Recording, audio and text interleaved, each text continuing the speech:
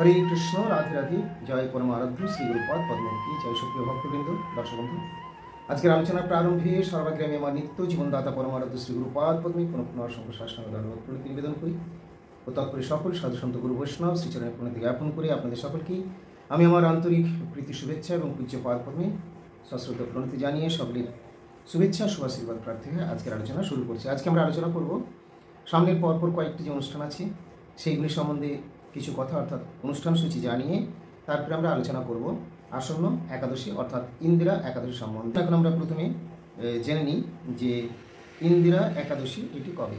ইন্দিরা একাদশী হচ্ছে 11ই আশ্বিন 28শে সেপ্টেম্বর শনিবার। এই দিন হলো ইন্দিরা একাদশী ব্রত বা ইন্দিরা একাদশী ব্রত উপবাস, এবং তারপরের দিনে সকাল 9:29 মধ্যে এই ব্রতের পালন। ইন্দিরা একাদশী ব্রতের পালন হচ্ছে তারপরের দিন অর্থাৎ রবিবার দিন সকাল 9:29 মধ্যে, অর্থাৎ সূর্যোদয়ের পর থেকে 9:29 মধ্যে ব্রতের পালন সেরে নিতে হবে। এরপরে অনুষ্ঠান সূচিগুলি বলি, বিশেষ বিশেষ কী রয়েছে। প্রথমত আমরা এরপরই একটি সূর্যগ্রহণ দেখছি পঞ্জিকাতে 15ই আশ্বিন 2রা অক্টোবর। কিন্তু এই সূর্যগ্রহণের দিন ইতিপূর্বে একটি সূর্যগ্রহণ পেরিয়ে গেল, অনেকে জিজ্ঞেস করেছিলেন যে সেটি আমাদের পালন করতে হবে কি না। যেহেতু আগের সূর্যগ্রহণটিও ছিল ভারতে অদৃশ্য এবং পরবর্তী দিনে আগামী দিনে যেটি আসছে সেটিও ভারতে অদৃশ্য রয়েছে, এই ক্ষেত্রে এই গ্রহণগুলো সেরকমভাবে পালন করার কোনো আবশ্যকতা থাকে না। তো লেখা আছে, সেটি পড়েছে আবার ওই 2রা অক্টোবর 15ই আশ্বিন, এদিন মহালয়ার দিনই আবার সূর্যগ্রহণ রয়েছে, কিন্তু যেহেতু এই সূর্যগ্রহণ ভারতে অদৃশ্য রয়েছে তাই এই দিন এই গ্রহণ পালনের আর কোনো আবশ্যকতা থাকছে না। এবং মহালয়া পরে কি আসছে? দুর্গাপূজা। দুর্গাপূজা সপ্তমী হচ্ছে 23শে আশ্বিন 10 অক্টোবর বৃহস্পতিবার সপ্তমী। 23শে আশ্বিন 10 অক্টোবর বৃহস্পতিবার সপ্তমী। অনেকেই বলেন যে মহারাজ দুর্গাপূজার দিন আমরা কি এইভাবে পালন করি, আমরা কি পালন করতে পারি, পুজো অর্চন করতে পারি কি না পারি। দেখুন, বৈষ্ণবীরা যারা সদ্গুরু চরণাশ্রিত হয়ে কৃষ্ণ ভজন করছেন তারা আর পৃথকভাবে অন্যান্য কোনো দেবদেবীর পূজা অর্চনাদি করে না, কেননা মূলেতে সিন ছিল জল, শাখা পোশাকে বাড়ি বল, অর্থাৎ মূল যে বস্তু তার উপাসনা তার পূজা অর্চনাদি করলেই সবার হয়ে যায়। শ্রী গুরুপাদ বলেন যে 33 কোটি দেবদেবী তুমি পৃথক পৃথকভাবে কতজনের পূজা অর্চনাদি করবে। তো এই জন্যই বৈষ্ণবরা আর পৃথকভাবে কোনো পূজা অর্চনাদি তারা করেন না বা করতে হয় না। তবে তার মানেটা এই নয় যে বৈষ্ণববৃন্দ কিন্তু অন্যান্য কোনো দেবদেবীদেরকে অসম্মান, অবজ্ঞা বা অনাদর করেন। দেবদেবীরা যে পাওয়ার পেয়েছেন, তাদের মধ্যে যে পাওয়ার, শক্তি, ক্ষমতা বা তারা যে পদাধিকারী রয়েছেন সেটা তো কৃষ্ণের বা গোবিন্দের ইচ্ছাতেই রয়েছে। সুতরাং তাদেরকে আমি কোনোভাবেই অস্বীকার করতে পারি না। যদি আমি তাদেরকে অস্বীকার করি, তাদের যদি অনাদর অবমাননা করি, তাহলে কিন্তু গোবিন্দকেই অনাদর করা হয়। সুতরাং প্রকৃত ভক্ত যারা প্রকৃত কৃষ্ণ ভক্ত বা গুরুপাদ পদ্মাশ্রিত হয়ে যারা অনুশীলন আদি করছেন তারা তত্ত্ব সবই জানেন, তাই তারা সেখানে অন্যান্য দেবদেবীরও অনাদর না করে তাদের যথাযথ মান্য করে সকলের কাছ থেকে তারা কৃষ্ণ ভক্তি প্রার্থনা করে। তো কেউ বলছেন যে আমি পুজোতে অষ্টমী দিনটা পালন করি, দেবীর ইত্যাদি করি, তাহলে সেদিন আমরা সেই পালন করবো কিনা, বা পুজোর সময়টা আমরা এই করি ওই করে আমরা কীভাবে করবো। দেখুন, অধিকন্তু ন দোষায়, কারণ ভগবানের জন্য যতটাই কিছু করা যায় ততটাই মঙ্গল। এখন ভগবানের জন্য হয়তো এই দেবী পূজা, দুর্গা পূজার সময় হয়তো ভগবানের জন্য হচ্ছে না, কেউ মনে করতে পারেন, বলতে পারেন যে আমি মায়ের জন্য করছি, দেবীর জন্য করছি।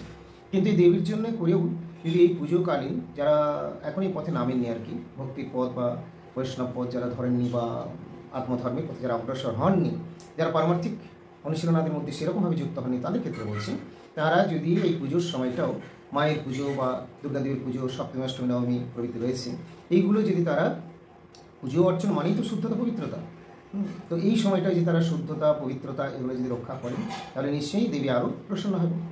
দেবীকেও প্রসন্ন করার প্রয়োজনীয়তাও রয়েছে। আমরা বিভিন্নভাবে দেখি যে অনেক সময় হয়তো ভগবানও কোনো ভক্তকে মর্যাদা দিচ্ছেন, দেখাচ্ছেন জগৎবাসীকে শেখানোর জন্য। দেবদেবীদেরও হয়তো গুরুত্ব দিয়েছেন স্থানকাল অনুসারে আমাদেরকে দেখানোর জন্য যে তোমরা কোথাও তাদেরকে অগ্রাহ্য বা অনাদর করতে পারো না, কেননা জগৎ সৃষ্টির মূলে আমিই রয়েছি, আমি তাদের স্থান দিয়েছি। তোমরা মূল তত্ত্ব যে আমি যে মূল বস্তু অনাদি রাধে গোবিন্দ, আমাকে জানো, আমার সেবা পূজা অর্চন করো, কিন্তু তাই বলে অন্যদের অনাদর অবজ্ঞা করো না। তাই দেবদেবী দুর্গাদেবী রয়েছেন, দুর্গাদেবীকে আমরা মহামায়া বলে জানি। অপরদিকে তিনি আবার স্বরূপে যোগমায়া, যোগমায়ের বিকৃত প্রতিফলন এখানে মহামায়া আমরা দর্শন করছি।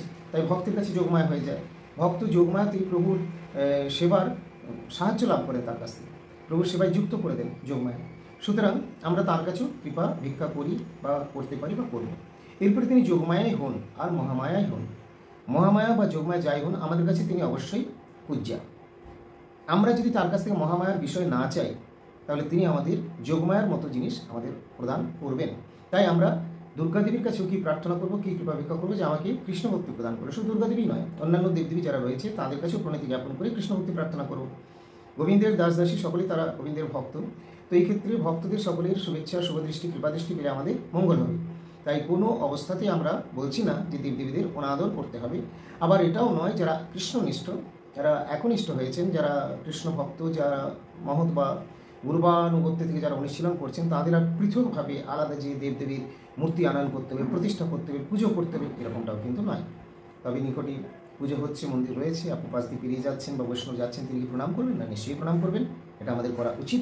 এবং এই ধরনের যদি আমরা না করি তাহলে সেই দেবদেবীর চরণে আমাদের অপরাধ হবে এবং তার ফলে আমাদের ভক্তি নষ্ট হবে, বাধা পড়ে যাবে। তো তাই এগুলো করবেন, তবে বৈষ্ণব মতে করবেন। এই দেবী পূজা অনেক সময় দেখা যায় যে দেবী পূজারও হয়তো কোথাও অবৈষ্ণব মতে তারা বলিদান প্রভৃতি এরকম আমি শুনেছি, দেখিনি অবশ্য। তো এরকম হয়ে থাকে, কিন্তু এটা সম্পূর্ণ অশাস্ত্রীয়, এগুলো এইভাবে করা যায় না। তবে বলিদান অর্থে যেগুলো রয়েছে সেগুলো কোথাও আখ, কুমড়ো, মন্ডা এই ধরনের কিছু বলি দেওয়ার কথা শাস্ত্রে রয়েছে। আর এছাড়াও বলিদানের আবার অন্য অর্থ রয়েছে, নিজেকে অর্পণ করা বা ইত্যাদি। তো যাই হোক, সে কথা আমরা বলছিলাম যে দেবদেবীদেরকে তাদেরকেও যথাযথ সম্মান করুন। যারা পুজো অর্চনাদি যারা করছেন, যদি গৃহে কারোর দুর্গা পূজা ইত্যাদি আগে থেকে চলে আসছে কিন্তু তিনি বৈষ্ণব হয়েছেন, তিনি কী করবেন? তো এই ক্ষেত্রে মোদী পরমানন্দ শ্রী গুরুপাদ এই উত্তরই প্রদান করেন, যা জগৎগুরু শ্রী ভক্তি সিদ্ধান্ত শ্রী গোস্বামী প্রভুপাদ তার উপদেশামৃতে অলরেডি উত্তর দিয়েছেন আমাদেরকে। সেই ক্ষেত্রে তিনি নিজে অন্য জন বা পুরোহিতদেরকে দিয়ে সেই পুজো অর্চন তিনি সম্পূর্ণ করিয়ে নেবেন, নিজে আর সেইভাবে গিয়ে করবেন না বা করতে যাবেন না। যেহেতু তিনি কৃষ্ণনিষ্ঠ, কৃষ্ণ পুজো করছেন অন্যদেরকে দিয়ে, কিন্তু সেই দেবদেবীরও অনাদরও করবেন না, গিয়ে আগে থেকে হয়ে আসছে, কাউকে দিয়ে সম্পূর্ণ করে নেবেন। তো এইভাবে এগুলি বলেছে। আর যাই হোক, তাহলে সপ্তমী দিনটা আমরা বললাম, সপ্তমী হচ্ছে 10 অক্টোবর, 23 আসছে বৃহস্পতিবার। যারা বৈষ্ণবরা তো ভালোভাবে নিশ্চয়ই পালন করতে থাকবেন, এবং যারা অবৈষ্ণব, যারা অন্যান্য সময় মানে হয়তো ঠিকমতো শুদ্ধাচারে সদাচারে থাকে না, তাদেরকে বলছি বা বলবো এই পুজোর সময়টা অন্তত অবশ্যই আপনারা শুদ্ধ বা পবিত্র থাকুন পুজো অর্চনের সময়। তো তার জন্যে মন প্রাণ থেকে যেন সবসময় গুরু গোবিন্দের প্রতি, তাদের বৈষ্ণবী দেবী মা দুর্গার প্রতি, তাদের প্রতি যেন সেই ভাবটা আমাদের থাকে এবং মন প্রাণকে পবিত্র রাখা।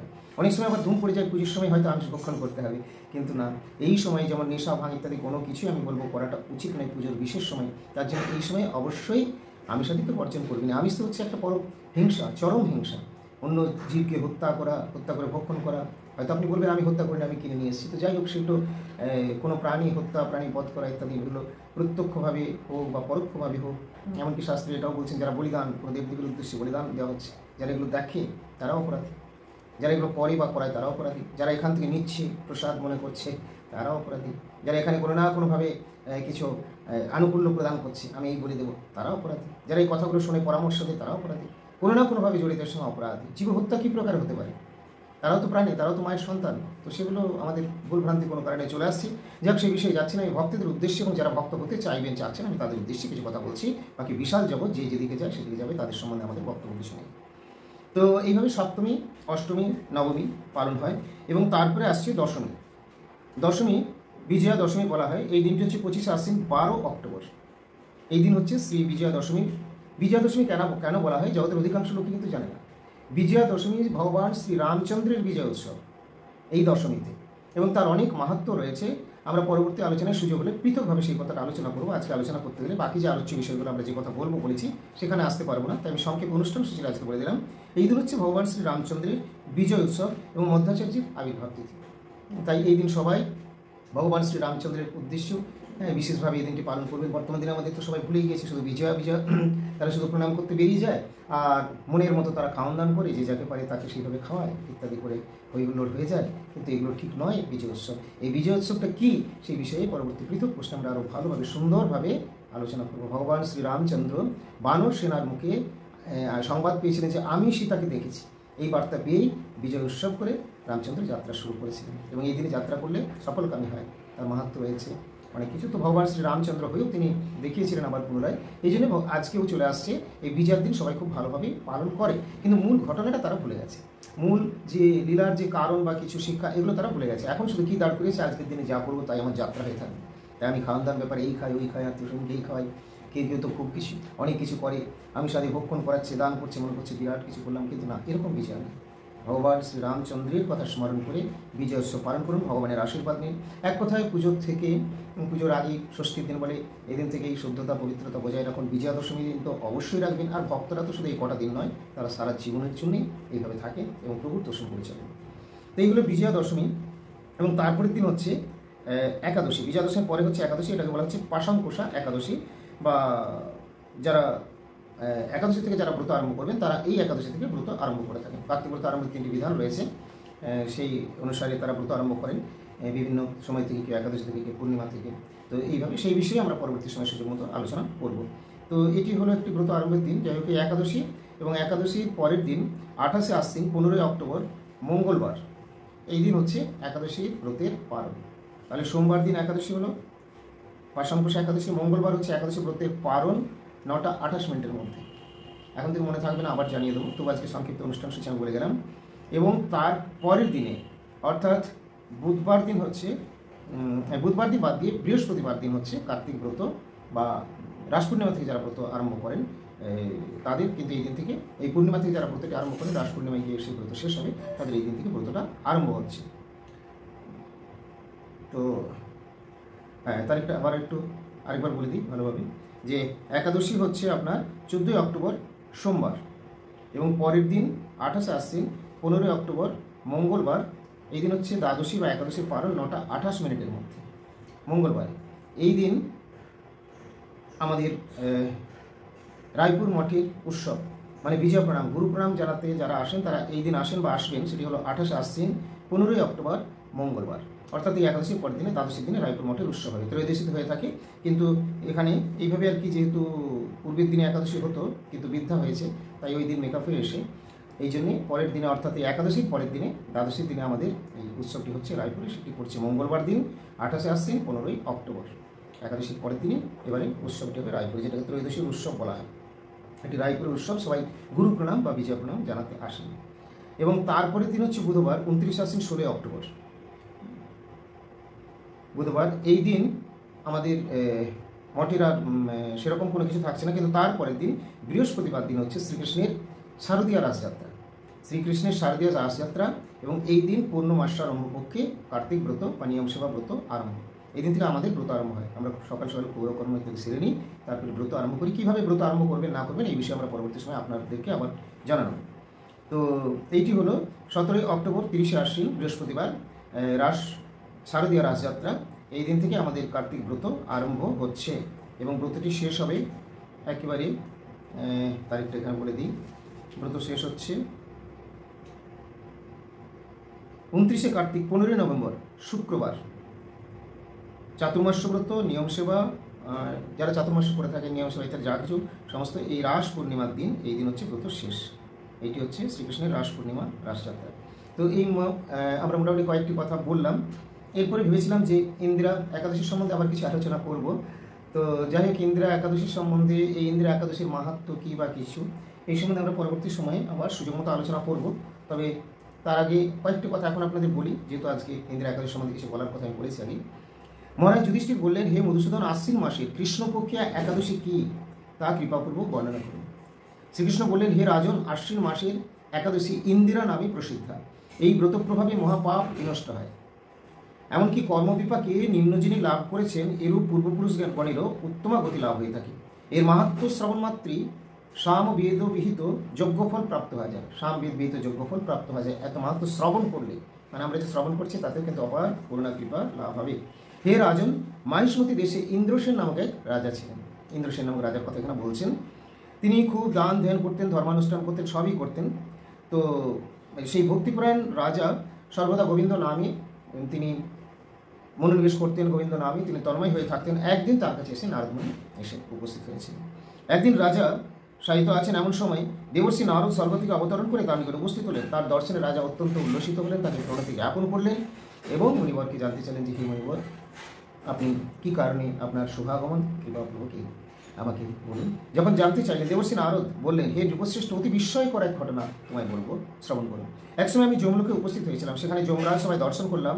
ধর্মশীল, ধর্মপ্রবর্তক, সত্যবন্তগণ ব্রতের অঙ্গহানি দোষ হেতু বৈশ্বানরের উপাসনা করছেন। তাদের মধ্যে তোমার পিতা ছিলেন।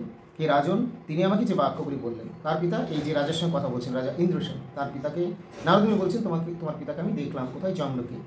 তো সেখানে কি হয়েছে, তিনি কি বললেন না, সেই বর্ণনাটি করছেন। ইন্দ্রসেনের পিতা নারদমুনিকে যেগুলি বললেন জমলোকে, সেই কথাগুলো পুনরায় ইন্দ্রসেনকে শোনাচ্ছেন নারদমুনি। কি বলছেন, তিনি বললেন, হে ব্রাহ্মণ, মহেশমতি দেশের মহারাজ ইন্দ্রসেনকে বলবেন যে আমি বহু অনুষ্ঠান করলেও কোনো কারণবশত জমালয়ে আসতে বাধ্য হয়েছি। আমি অনেক পুণ্যানুষ্ঠান করেছিলাম, কিন্তু কোনো কারণে আমি জমালয়ে আসতে বাধ্য হয়েছি। নিশ্চয়ই কোথাও কিছু ছিল আমার ভুল ত্রুটি। আপনি কৃপাপূর্বক তাকে সর্বপাপনাশক ইন্দিরাব্রত পালন করতে বলবেন। এই ইন্দিরাব্রত পালন করতে বলবেন, এটি কিন্তু উনি বললেন কাকে, নারদমুনিকে। নারদমুনি সেই বার্তা নিয়ে এসেছেন ইন্দ্রসেন মহারাজার কাছে। সেই ব্রত প্রভাবে আমি নিষ্পাপ হয়ে স্বর্গলোকে যেতে সমর্থ হব। এই কথা বলবার উদ্দেশ্য আমার এই স্থলে আগমন। এই কথাটি নারদমুনি বলছেন যে এই কথা বলার উদ্দেশ্যে আমি কিন্তু আপনার কাছে এসেছি। কাকে বলছেন, ইন্দ্রসেন মহারাজকে। হে রাজন, তোমার পিতার স্বর্গগমনের জন্য তুমি যথাবিধি ইন্দিরা ব্রত পালন করে। তাহলে এই যে পিতার উদ্ধারের জন্য কি নির্দেশ করলেন, এই ইন্দিরা ব্রত পালন করতে বললেন। রাজা বললেন, সেই ইন্দিরাব্রতের বিধি কি এবং কোন তিথি বা কোন পক্ষে এই একাদশী ব্রত করা কর্তব্য, তা কৃপাপূর্বক আমায় বলুন। কেমনভাবে কি করে ইন্দিরাব্রত করবো, হে মণিবর আপনি কৃপাপূর্বক বলুন। করজোড়ে যখন নিবেদন করলেন, নারদ বললেন, হে রাজন, আশ্বিন মাসের কৃষ্ণপক্ষে দশমী দিবসে শ্রদ্ধাপূর্বক প্রাতঃস্নান করবে। আগের দিনে প্রাতঃস্নানের কথা বললেন। এবং মধ্যাহ্নে ভক্তি ভাবাপন্ন হয়ে অবগাহন স্নান করতে হবে। রাত্রিকালে ভূমিতে শয়ন করতে হবে। না, ভয় পাওয়ার কিছু নেই, এতগুলো সবগুলো আমরা করি না, কিন্তু এখানে লেখা আছে তাই আমি বলছি, পরে আবার এর বর্ণনটা করে দেবো। তো পরদিন একাদশীতে প্রাতঃকৃত্যাদি সমাপন করে নিরাহারে থাকবে এবং ব্রতের নিয়মাবলী দৃঢ়ভাবে পালন করবে। হে পুণ্ডরীকাক্ষ, হে অচ্যুত, এই শরণাগতির প্রতি কৃপা করুন। এইরূপভাবে শ্রদ্ধা সহকারে শালগ্রাম পূজা করে পিতৃ উদ্দেশ্যে ভক্তি ব্রতের ফল অর্পণ করবে। পরদিন দ্বাদশীর প্রাতঃকালে ভক্তি ভরে ভগবান শ্রী গোবিন্দের, রাধা গোবিন্দের পূজা করে ব্রাহ্মণকে ভোজন করাবে এবং অবশেষে নিজে মহাপ্রসাদ গ্রহণ করবে। প্রথমে প্রসাদ নিজেরা পেয়ে নেবেন না, আগে বিশিষ্ট ভক্ত বৈষ্ণব ব্রাহ্মণদের প্রদান করে তারপরে।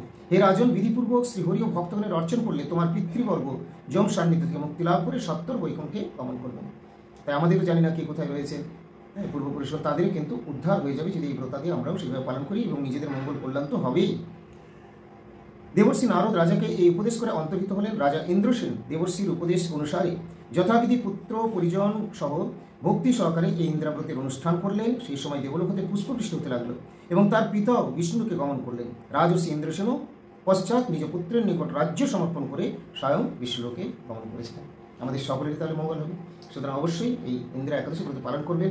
আরও অনেক কথা বলার ছিল, সময় সংক্ষিপ্ত, আজকাল বেশি সময় নেব না। আপনার এই ব্রত পালন করবেন এবং ভালো থাকুন সকলে। আমি এখন শ্রীধাম বৃন্দাবনে রয়েছি। ভক্তবৃন্দ অনেকেই ফোন করছেন, অনেকেই খোঁজখবর নিচ্ছেন গুরুদেব কোথায় আছেন বা কিছু। গুরুদেব শ্রীধাম বৃন্দাবনই রয়েছেন। আগে বলেছিলাম শ্রীমান মহাপ্রভু রাধা শ্যামলালাজিওর কাছে বিরাজমান তিনি রয়েছেন, এবং তিনি তো আমাদেরকে সকলকেই ভালো রেখেছেন এবং তিনিও খুব ভালো আছেন, খুবই ভালো আছেন এবং সকলকে ভালো রেখেছেন। রাধারানী শ্যামলালা তাকেও খুব ভালো রেখেছেন। তিনি আসলে কোনো কিছু লীলা করে এই সময় তার যে গোপন সেবা বা গুচ্ছ সেবাগুলো রয়েছে, সেই সেবা কার্যগুলো সম্পূর্ণ করে নিচ্ছেন। সবসময় ভক্তদের হয়েছে, হয়তো সেই সেবা কাজগুলো তার হয় না। বিভিন্ন গ্রন্থ শাস্ত্রাদি রয়েছে, তাই সেই সমস্ত নিয়ে হয়তো একটা রুদ্ধদ্বারের মধ্যে তিনি রয়েছে, একটি বন্ধ কক্ষে বা কামরার মধ্যে তিনি, তো এভাবেই তিনি থাকেন। কিন্তু তার মানে এই নয় যে বদ্ধজীব আমাদের মতো তারা চুপচাপ ঘুমিয়ে, না হয় টিভি দেখে, না হয় মোবাইল বা কারোর সঙ্গে কথা বলে ফোন করে কাটিয়ে দেন। তার কিন্তু চলেছে দিন নেই রাত্রি নেই, এই সমস্ত কার্যই চলেছে। রাধারানী লীলা কথা, শ্যামলালা বনমালজি আর শ্রী গুরুপাদ খুব ভালো আছেন, সকলকে ভালো রেখেছেন। ভালো থাকুন সকলে। দেখা হবে আবার পরবর্তী পোস্টে। তারা বলবো যারা এখন আমাদের চ্যানেল সাবস্ক্রাইব করেনি, তারা চ্যানেল সাবস্ক্রাইব করে আমাদের সঙ্গে থাকুন আর নিয়মিত দেখতে হবে আমাদের পরবর্তী মধুর প্রসঙ্গে। হরে কৃষ্ণ, হরি বল, রাধে রাধে, জয় শ্রী গুরুপাদ পদ্ম কি জয়।